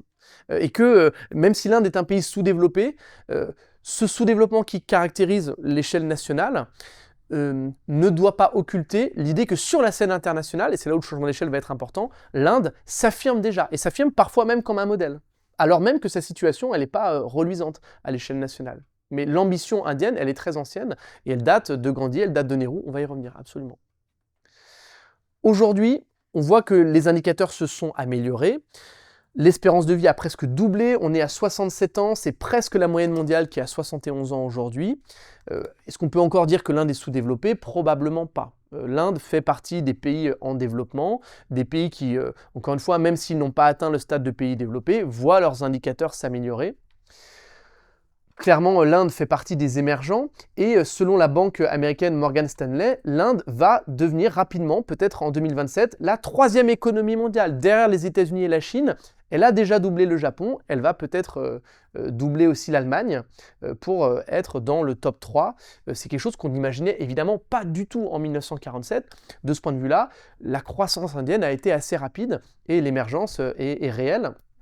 Malgré tout, mais après tout, ce n'est pas tant un paradoxe, parce que vous le savez, on a travaillé sur la notion d'émergence. Ce qui caractérise les pays émergents, c'est précisément l'inégale répartition des richesses. Il y a toujours un creusement des inégalités quand le pays commence à émerger. Aujourd'hui, les inégalités sont extrêmes en Inde. D'après la revue Forbes en 2022, plus de la moitié de la population indienne vit avec moins de 3,10 $ par jour. C'est le seuil de pauvreté. Alors que le nombre de milliardaires indiens est passé d'1 milliardaire en 1991 à 162 milliardaires en 2022. On le voit, le creusement des inégalités, encore une fois, c'est typique de du statut des pays émergents. On l'a dit, et vous savez que beaucoup de rapports du jury insistent sur ça, il faut faire allusion à des périodes anciennes, même si le sujet commence en 1947, vous seriez valorisé en montrant que vous connaissez un peu de l'histoire indienne d'avant l'indépendance. Alors évidemment, évoquer la période coloniale, pourquoi pas, mais même revenir à des moments beaucoup plus anciens. Et le rapport du jury en parle, celui que je vous ai mis en pièce jointe, en évoquant pourquoi pas la civilisation Harappa, qu'on appelle aussi la civilisation de la vallée de l'Indus, très ancienne civilisation, qui remonte au 3e millénaire avant notre ère, une civilisation déjà urbaine, agricole, extrêmement prospère, et c'est lors de cette civilisation qu'a été inventée la médecine Ayurveda, qui est encore utilisée aujourd'hui dans pas mal de pays du monde, qui est régulièrement mise en avant par l'Inde. Donc rayonnement urbain, agricole, culturel, scientifique à cette époque-là. Autre exemple historique qui montre à quel point l'Inde a pu être influente à certaines époques et dans différents domaines, le prestige de l'université de Taxila, qui est dans la région du Pendjab, c'est historiquement l'une des régions les plus riches du pays. C'est peut-être la plus vieille université du monde. Cette université de Taxila, elle a été fondée au 5e siècle avant notre ère, et on sait qu'au 7e siècle, après notre ère pour le coup, ces enseignements dépassaient les frontières de l'Inde, étaient suivis dans toute la région, et alors que le Japon a longtemps été refermé sur lui-même, l'Inde avait des contacts depuis très longtemps avec les Arabes, avec les Grecs, et ça a pu placer l'Inde dans une situation, encore une fois, de fortes relations avec des régions parfois lointaines. Et puis, c'est pas mal aussi d'évoquer quelqu'un dont on parle peu, mais qui a eu une influence très importante en Inde, qui est un peu injustement oublié de l'histoire. C'est Chanakya, un penseur du 4e siècle avant notre ère. On le compare un peu en termes d'influence à l'influence de Sun Tzu en Chine. Sun Tzu, c'était la stratégie militaire. Chanakya, c'est plutôt la gouvernance politique. Il a écrit des traités sur l'art de gouverner. On l'appelle le Machiavel indien. Machiavel, à côté de Chanakya, c'est un petit joueur en termes de réalisme politique. Chanakya envisage des méthodes assez radicales pour se maintenir au pouvoir, pour dominer sa population. Mais c'est quelqu'un qui a eu une influence considérable sur, et même au-delà de l'Inde, sur la façon de bien gouverner un pays. Et puis, rappelez aussi que l'Inde a été une grande puissance économique à certains moments de son histoire, et que là encore, c'est peut-être un juste retour à une situation qui a été brutalement interrompue, et notamment en lien avec la colonisation. Vers 1700, l'Inde, c'était 22,6% du revenu de la planète. 1/5 des richesses étaient en Inde à ce moment-là, et l'Inde était au cœur du commerce mondial, avec des ressources que vous connaissez, la soie, le poivre, les épices. L'Inde était un pôle moteur du commerce mondial à cette époque-là.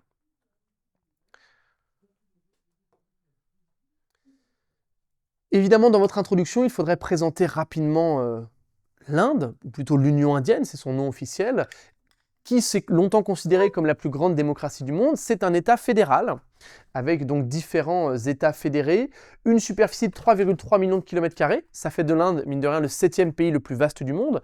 Et on se rappelle avec Pierre Verluze à quel point le territoire, c'est aussi un facteur de puissance important. Et c'est le pays le plus peuplé du monde. 1,47 milliard d'habitants. L'Inde a dépassé la Chine ces dernières années. C'est aussi l'une des plus grandes puissances économiques de la planète, avec un PIB qui ne cesse d'augmenter. En 2025, l'Inde dispose du 4e PIB et l'Inde a donc doublé le Japon. On est à 4187 milliards pour l'Inde, 4186 milliards pour le Japon, donc on est un peu à touche-touche, mais l'Inde a pris très légèrement la tête devant le Japon, et l'Inde est amenée aussi à doubler progressivement, encore une fois, l'Allemagne, on l'a dit tout à l'heure, peut-être en 2027. Quand on regarde le taux de croissance, pour le coup, l'Inde est très clairement en tête, et c'est pour ça que le PIB indien progresse aussi rapidement.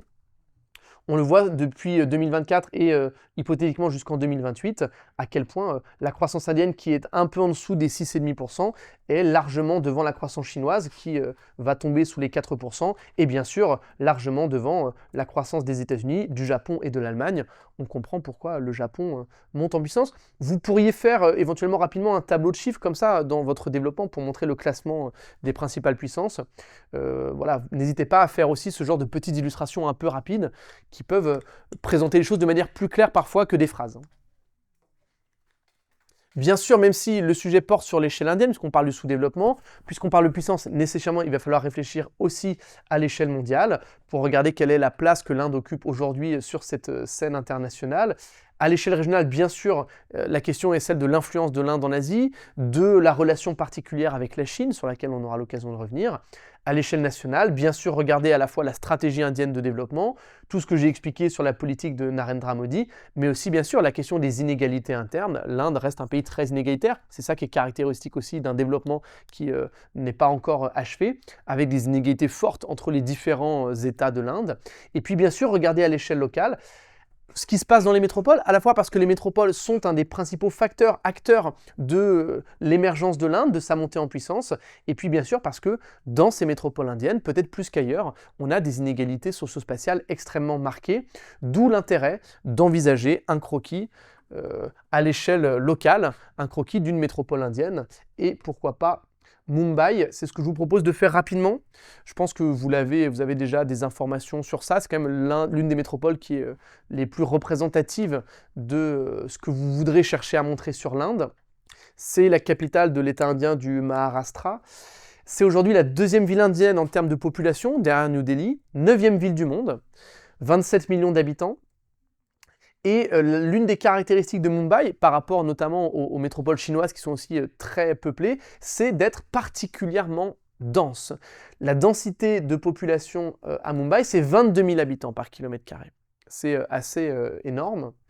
Et c'est l'un des enjeux aussi, cette densité de population. Ça pose des problèmes en termes de trafic, ça pose des problèmes bien sûr en termes d'impact sur l'environnement. Donc c'est une des spécificités qu'il va falloir souligner. C'est bien sûr la capitale économique du pays, Mumbai. c'est 5% du PIB indien, 25% de l'industrie indienne, 40% du commerce maritime, 70% des activités financières. C'est à Mumbai que se trouve le siège de la bourse indienne. Et c'est aussi 60% des sièges des FTN indiennes. Les plus grands groupes indiens sont souvent installés à Mumbai, que ce soit Tata, Mahindra dont j'ai parlé, Reliance aussi. Et puis Mumbai accueille aussi 42% des IDE qui sont à destination de l'Inde, sont polarisés par Mumbai. Voilà quelques chiffres que vous pourriez réutiliser pour insister sur le dynamisme de la métropole.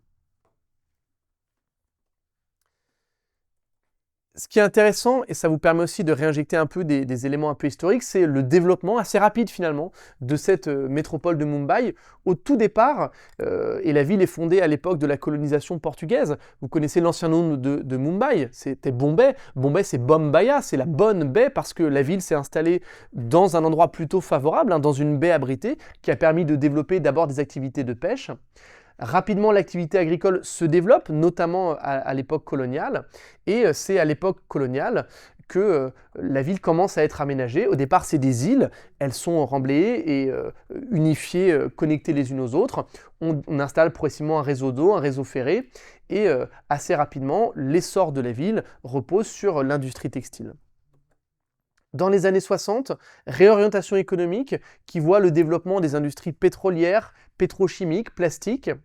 Aujourd'hui, nouveau moteur de la croissance à Mumbai, ce sont les activités de plus en plus mondialisées, du tertiaire, du haut niveau, bijouterie, on a parlé de l'importance de l'exportation des diamants, l'exportation de produits électroniques, et tout ça grâce à des zones franches qui ont été créées à Mumbai, la plus importante d'entre elles, la zone de Santa Cruz.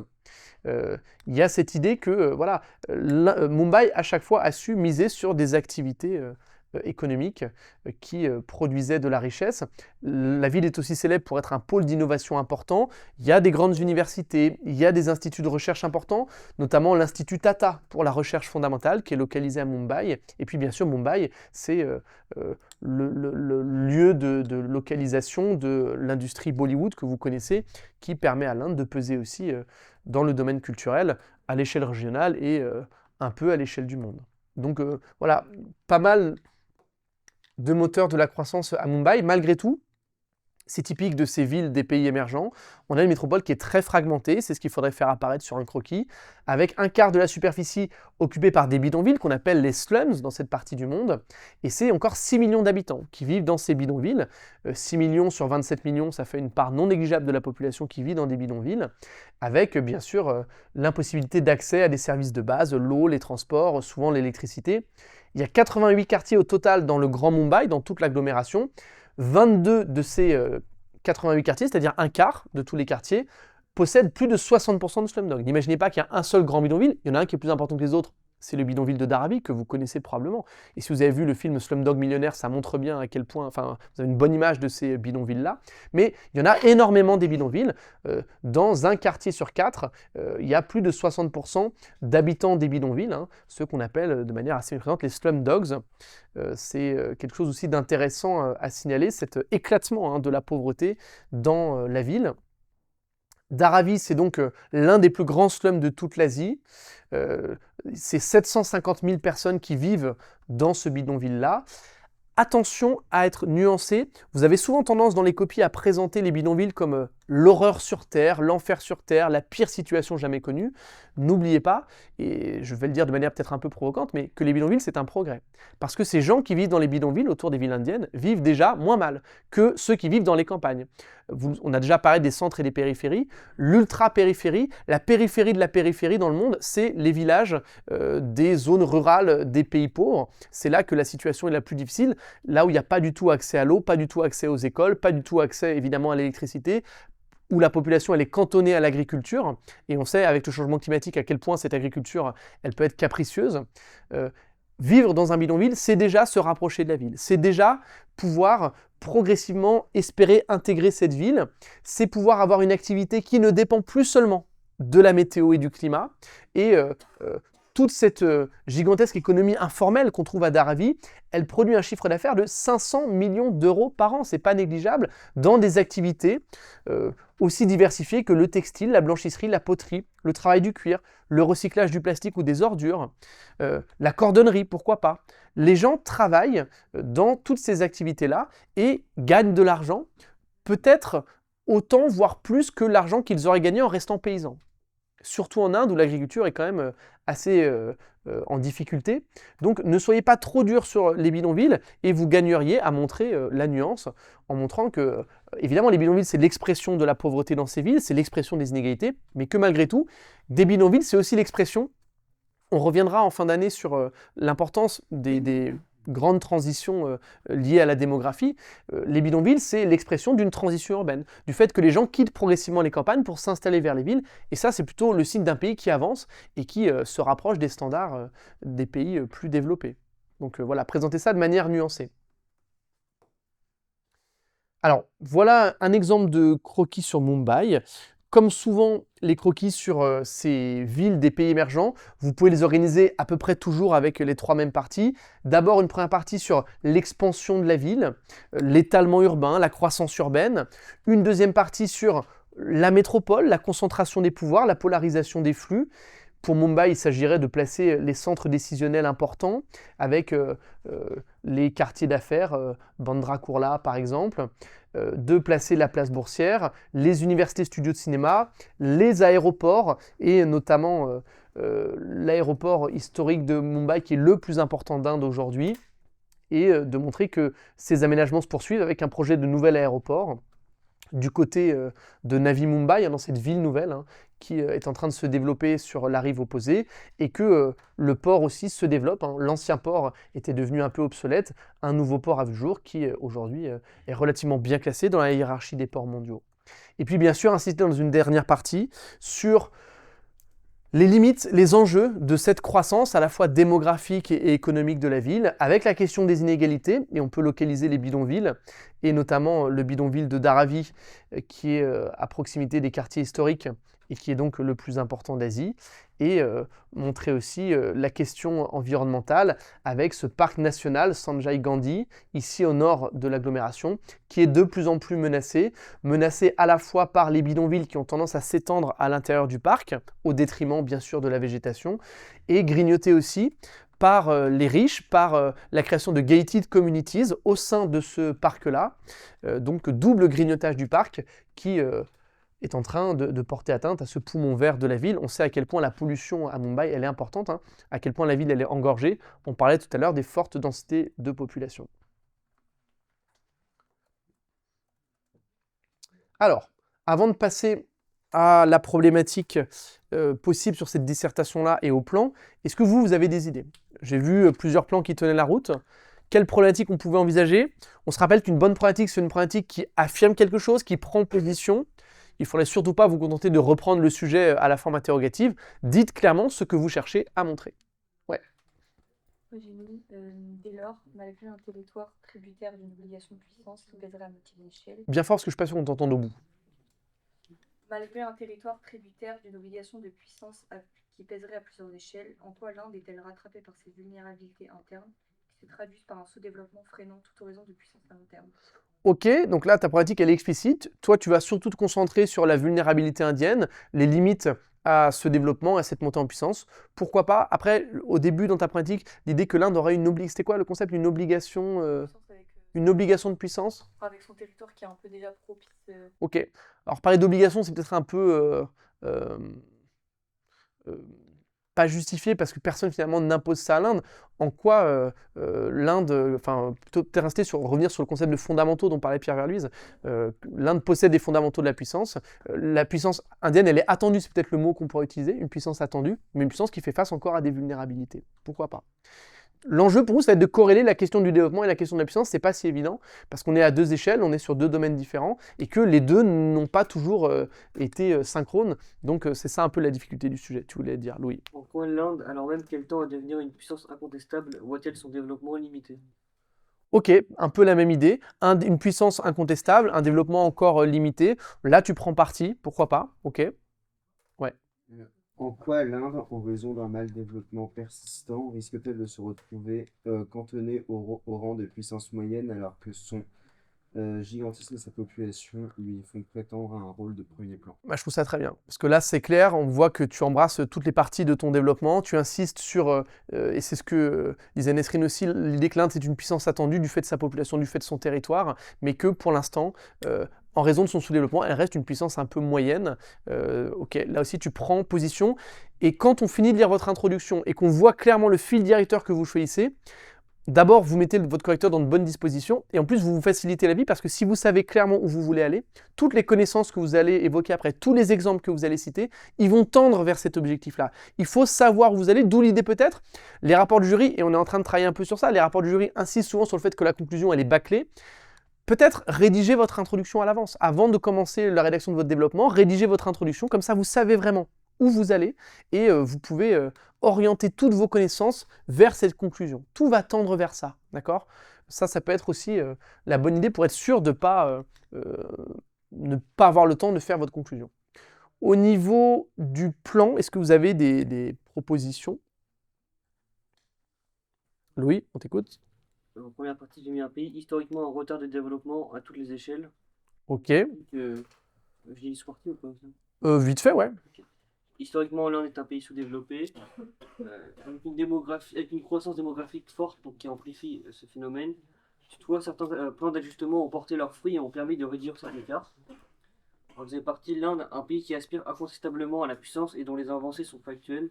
Je parle de la puissance innovatrice et économique, la puissance diplomatique, et l'Inde semble associer tant l'idée d'une puissance douce qu'une puissance forte. Ok. Et en troisième partie, je parle d'une dimension performative de la puissance, sur le fait que la puissance doit servir au développement. Aujourd'hui, l'Inde semble tendre rapidement vers une puissance, cependant son développement semble lui croître moins rapidement. Je parle notamment d'une économie de services, donc ça permet sa puissance mais pas son développement. Elle est dans un espace géostratégique important, donc l'Inde va devoir avoir une place majeure, mais ça peut nuire à son développement à court terme. Et pour devenir une puissance développée, l'Inde doit mettre sa puissance au service de son développement. Ceci passe par une reconfiguration de sa puissance, mais également en stoppant sa stratégie de multi-alignement pour pouvoir créer des coopérations plus stables au service de son développement. Ok, là plan plutôt dialectique du coup, avec l'opposition entre les problèmes de développement en première partie, la montée en puissance, et puis ce qui permettrait de résoudre les deux, c'est-à-dire réussir à les connecter. C'est très important, je le disais, de faire le lien entre sous-développement et puissance, et tu as raison, c'est une idée importante. Le modèle économique indien explique aussi les entraves au développement, en misant sur le secteur tertiaire, en misant sur les services de plus en plus haut niveau. C'est pas ça qui permet vraiment de briser l'importance du secteur primaire toujours aujourd'hui. Toutes ces personnes qui vivent dans les campagnes, qui travaillent dans les campagnes, si on veut qu'elles sortent des campagnes et qu'elles se mettent et c'est un peu ce qu'on voit, qu'elles aillent vers les villes et qu'elles occupent des emplois urbains, il faut aussi les former. Mais comme l'Inde a misé sur des activités un peu de haut niveau, c'est pas simple d'atteindre ce niveau de formation pour une population qui est toujours en augmentation et qui n'a pas encore forcément le savoir nécessaire. La stratégie indienne, il va falloir le dire clairement et tu l'as bien dit, elle explique la puissance, elle explique aussi, en creux, le retard de développement. Et le fait que les deux ne soient pas corrélés comme on aurait pu s'y attendre, absolument. Ouais, Nesrine. Si historiquement son accès à l'indépendance est synonyme d'un virement vers un sous-développement, elle nourrit l'ambition de puissance. Ok. La mise en place de nombreuses stratégies à multiples échelles par l'État indien traduit une ascension relative, conjuguée à l'aménagement de son territoire au service de sa puissance. D'accord. Par ailleurs, sa trajectoire de développement n'apparaît pas linéaire, qui témoigne de la persistance de nombreuses fragilités et défis. Ok, pourquoi pas. Ça marche aussi. Encore une fois, il y a plusieurs types de plans possibles.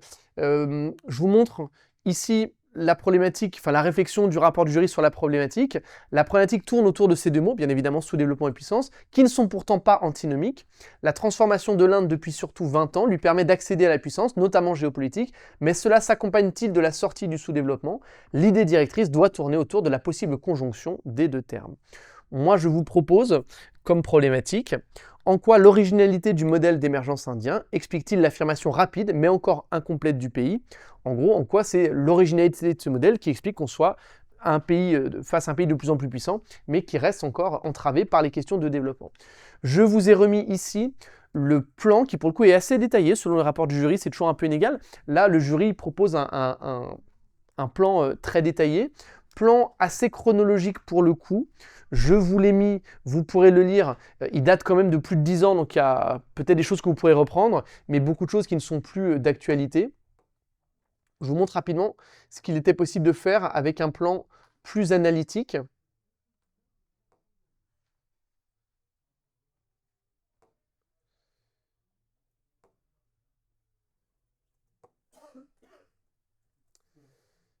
En commençant par étudier la montée en puissance de l'Inde depuis 1947 et insister sur l'émergence économique et politique dans les domaines qui est absolument indéniable.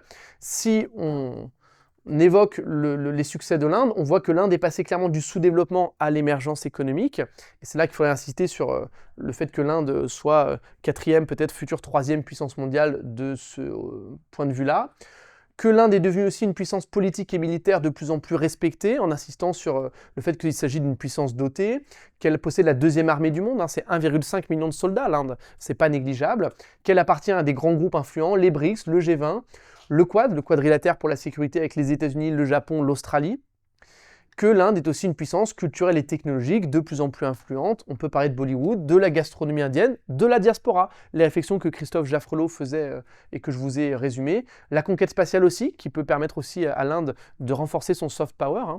L'Inde a des ambitions martiennes, lunaires. L'Inde fait partie des puissances spatiales maintenant. En deuxième partie, on réfléchit aux facteurs de cette émergence-là, en insistant sur le fait que l'émergence indienne, elle est attendue, mais elle est originale. Attendue parce que, c'est l'objet de ma première sous-partie, l'Inde possède les fondamentaux de la puissance, ceux dont parlait Pierre Verluise, un territoire immense, une situation géographique intéressante avec de vastes littoraux, tournés à la fois vers l'Afrique, vers le reste de l'Asie, à proximité du Moyen-Orient. On est dans une position stratégique, un rôle de carrefour important qui a pu être exploité. On a affaire à une population nombreuse et aussi de mieux en mieux formée, et là on peut intégrer toutes les réflexions sur les étudiants indiens. En plus de ces fondamentaux de la puissance, en Inde, il existe un désir de puissance qui est ancien. Et c'est là qu'on peut revenir sur tout ce narratif dont parlaient les spécialistes que j'ai cités tout à l'heure, l'importance de cette histoire indienne qui est mise en avant par l'Inde pour justifier aujourd'hui sa volonté de jouer un rôle de plus en plus important, en insistant aussi sur toute l'affirmation de l'Inde dès l'indépendance avec la politique de Nehru, la conférence de Bandung, le développement du programme nucléaire indien, montrer que tout ça est finalement assez ancien. C'est pas, ça conforte l'idée que c'est une évolution qui est assez incrémentale, qui n'est pas avec des grandes ruptures, mais qui, depuis 1947, est un peu continue. Et puis insister aussi sur la stratégie de développement et d'émergence qui est originale, à la fois à l'échelle nationale avec la stratégie du Make in India, modèle inverse de ce qu'on a pu observer dans tout le reste de l'Asie, et à l'échelle internationale avec la stratégie du hedging, du non-alignement, qui permet aussi à l'Inde d'avoir une position un peu originale. Et puis une dernière partie consacrée aux fragilités de cette Inde qui est montée en puissance mais qui doit encore résoudre un certain nombre de problèmes, une puissance encore inachevée et fragilisée par ses contradictions internes. Insister bien sûr sur le fait qu'aujourd'hui on a la croissance sans le développement complet, avec la persistance d'inégalités à toutes les échelles, et là on va pouvoir faire du multiscalaire, en montrant que l'Inde est un pays d'inégalités, que bien sûr à l'intérieur des métropoles indiennes on a aussi des inégalités importantes, en insistant dans une deuxième sous-partie sur la montée des tensions internes, la fragmentation du pays, avec cette question du nationalisme hindou qui est promu par Narendra Modi. L'Inde se présente comme la plus grande démocratie du monde, elle se rapproche de plus en plus des régimes autoritaires par son fonctionnement. Donc là, c'est aussi l'occasion de critiquer un peu ce narratif indien pour montrer qu'il y a quand même des limites aujourd'hui qui peuvent amplifier aussi la conflictualité avec les États voisins, avec le Pakistan notamment. Et puis, peut-être terminer dans une dernière partie en montrant que l'Inde est évidemment une puissance aujourd'hui, mais une puissance peut-être plus régionale que mondiale. Ça n'empêche pas qu'elle a des ambitions de plus en plus mondiales et qu'elle cherche à s'affirmer à cette échelle-là. Voilà un plan analytique un peu classique. L'avantage toujours de ce plan analytique, c'est que quand vous faites un plan analytique, vous êtes forcé d'être dans l'argumentation parce que dans la deuxième partie, vous allez évoquer les facteurs, expliquer la situation que vous avez constatée dans la première partie. Ça vous force tout de suite beaucoup plus à être dans la démonstration. Plus que le plan dialectique où vous avez parfois tendance à opposer un peu schématiquement deux idées en grand 1 et en grand 2. Quand c'est comme ça, voilà, un plan analytique, ça marche quand même pas mal. Ouais. On aurait pu faire un plan analytique aussi, mais en deux, on explique plutôt les facteurs de de manque de développement? Mais on va les évoquer aussi là, parce que quand je parle de la stratégie de développement, c'est parce que l'Inde a misé très tôt sur le secteur des services, au détriment peut-être du secteur industriel, qu'il est compliqué de passer d'une population essentiellement rurale à une population qui est capable de travailler dans ce secteur des services. L'industrie, c'est normalement le secteur qui se développe au moment où les villes grossissent, au moment où l'exode rural massifie la population active dans les villes. Il n'y a pas eu cette étape-là en Inde. Et donc on a cette dichotomie entre un secteur des services qui est très performant et un secteur agricole qui pèse encore trop. Et une population rurale qui est beaucoup trop nombreuse, c'est l'une des vraies problématiques de l'Inde. Mais c'est lié aussi à ses choix de développement. Si vous n'avez pas de questions, on s'arrête là. Jeudi, on travaille donc sur les relations entre l'Inde et la Chine, rivales ou partenaires. C'est le sujet qui est tombé à Ecricom en 2023. Donc ça va nous permettre de retravailler encore cette question de l'Inde. Et comme ça, vous serez prêts sur l'Inde comme vous êtes prêts sur la Chine.